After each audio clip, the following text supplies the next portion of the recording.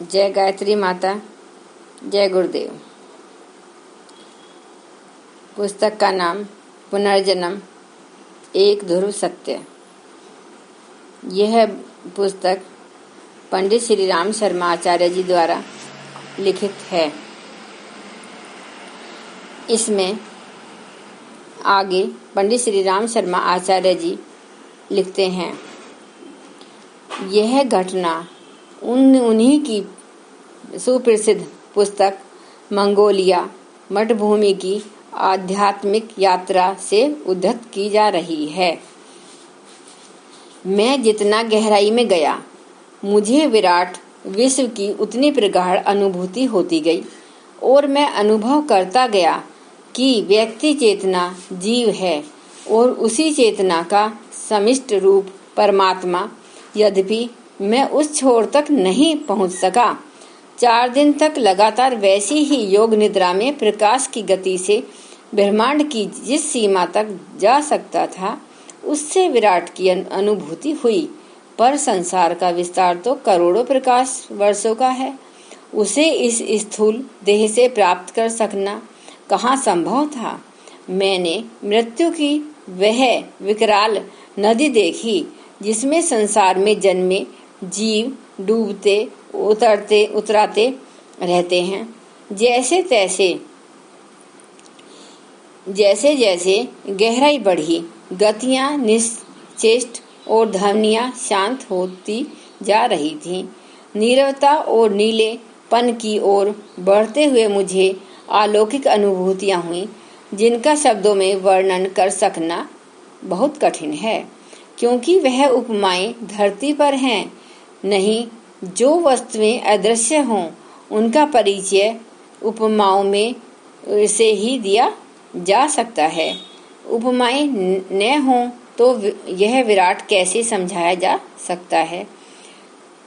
अब मैं वापस लौटता हूँ तो उसी क्रम से अनेक चित्र और दृश्य देखते देखते फिर एक बार अपनी जन्मभूमि अरब के उस मकान में आकर विचार ठहर जाता है, जहाँ कुछ दिन पूर्व मैं अपनी माँ, पत्नी और बच्चों के साथ रहता था।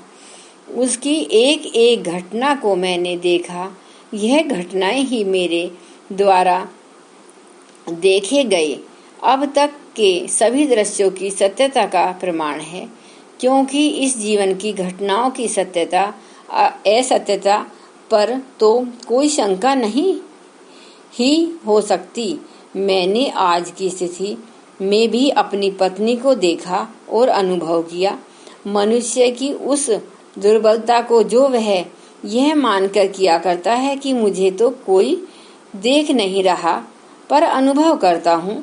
मनुष्य 1000 कोठरियों के अंदर छिपा हो तो भी वह 1000 आत्माओं द्वारा, परमात्माओं द्वारा देखा जाता रहता है।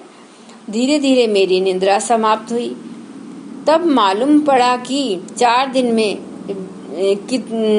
कितने विस्तृत जीवन के दृश्य देख आया। अब तो यही लगता है कि संसार में काल से अतीत, ब्रह्मांड से भी अतीत, यह विज्ञान में आत्मा ही सत्य है। इसलिए अब सांसारिक भोगों की आकांक्षा को त्याग कर आत्म साक्षात्कार के प्रयत्न में जुट गया हूँ। ये घटनाएं पुनर्जन्म की मान्यताओं को स्पष्टतः प्रमाणित करती हैं। भारतीय धर्म शास्त्रों में पग पग पर मरणोत्तर जीवन के तथ्य का प्रतिपादन किया है। गीता में बार बार इस बात का उल्लेख किया गया है कि शरीर छोड़ना वस्त्र बदलने की तरह है। प्राणियों को बार बार जन्म लेना पड़ता है। शुभ कर्म करने वाले श्रेष्ठ लोग को सद्गति को प्राप्त करते हैं और दुष्कर्म करने वालों को नरक की दुर्गति भुगतनी पड़ती है। वासंसी जीर्णानि यथा विहाय नवानि गृह्णाति नरोश्च प्राणी तथा शरीराणि विहाय जीर्णान्यानि संयाति नवानि देहि। गीता, यह गीता का श्लोक है। जैसे मनुष्य पुराने वस्त्र को त्याग करके नया वस्त्र धारण करता है, इससे वस्त्र बदलता है, उन्हीं कहीं मनुष्य नहीं बदलता। इसी प्रकार देहधारी आत्मा पुराने शरीर को छोड़कर दूसरा नया शरीर धारण करता है। बहुनी में व्यति तानी जन्मानी तब चार्जुन तान्यहम वेद सर्वाणी न तव्यम वेद परंतप। ये भी गीता का ही श्लोक है। अर्जुन, मेरे और तुम्हारे अनेक जन्म बीत गए हैं। ईश्वर होकर मैं उन सबको जानता हूँ, परंतु हे परंतप तू उसे नहीं जान सकता। थियासाफी के जन्मदाताओं में से एक सर ओलिवर लाज ने लिखा है, जीवित और मृत भेद स्थूल जगत तक ही सीमित हैं। सूक्ष्म जगत में सभी जीवित हैं। मरने के बाद आत्मा का अस्तित्व समाप्त नहीं हो जाता। जिस प्रकार हम जीवित लोग परस्पर विचार विनिमय करते हैं, उसी प्रकार जीवित और मृतकों के बीच में आदान प्रदान हो सकना संभव है। हमें विज्ञान के इस नए क्षेत्र में प्रवेश करना चाहिए और एक ऐसी दुनिया के साथ संपर्क बनाना चाहिए जो हम मानवीय परिवार को कहीं अधिक सुविस्तृत, सुखी और प्रगतिशील बना सके। सर आर्थर कानन डॉयल भी इसी विचार के थे। वे कहते थे कि अपनी दुनिया की ही तरह एक और सचेतन दुनिया है, जिसके निवासी न केवल हमसे अधिक बुद्धिमान हैं, वरन शुभ चिंतक भी हैं। इन दोनों संसारों के बीच यदि आदान प्रदान का मार्ग खुल सके तो इसमें स्नेह, संवेदनाओं का सुखद सहयोग का एक नया अध्याय प्रारंभ होगा। मृतकों और जीवितों के बीच संपर्क स्थापना का प्रयास यदि अधिक सच्चे मन से किया जा सके तो अब तक की प्राप्त वैज्ञानिक उपलब्धियों से कम नहीं वरन बड़ी सफलता ही मानी जाएगी, तथा यह भारतीय प्रतिपादन पुष्ट हो जाएगा कि जन्म और मृत्यु मात्र स्थूल जगत की घटनाएं हैं। आत्मा न जायते म्रियते, वे कदाचिन आत्मा न कभी जन्म लेती है और न कभी मरती है।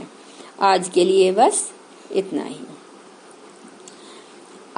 जो मैंने ये पुस्तक आपको सुनाई है, आप इसको और विस्तृत जानने के लिए इसके जो पुराने भाग बोले गए हैं, इस भाग से जो पहले भागों में बोला गया है, उनको आप फिर से एक बार सुनिएगा तो आपको यह सारी जो भी किस्से कथाएं जो चल रही हैं, है ना, जैसा लोग बताते हैं, जैसा लोगों को अनुभव हुआ है, वह आपको बहुत अच्छे से समझ में आएगा।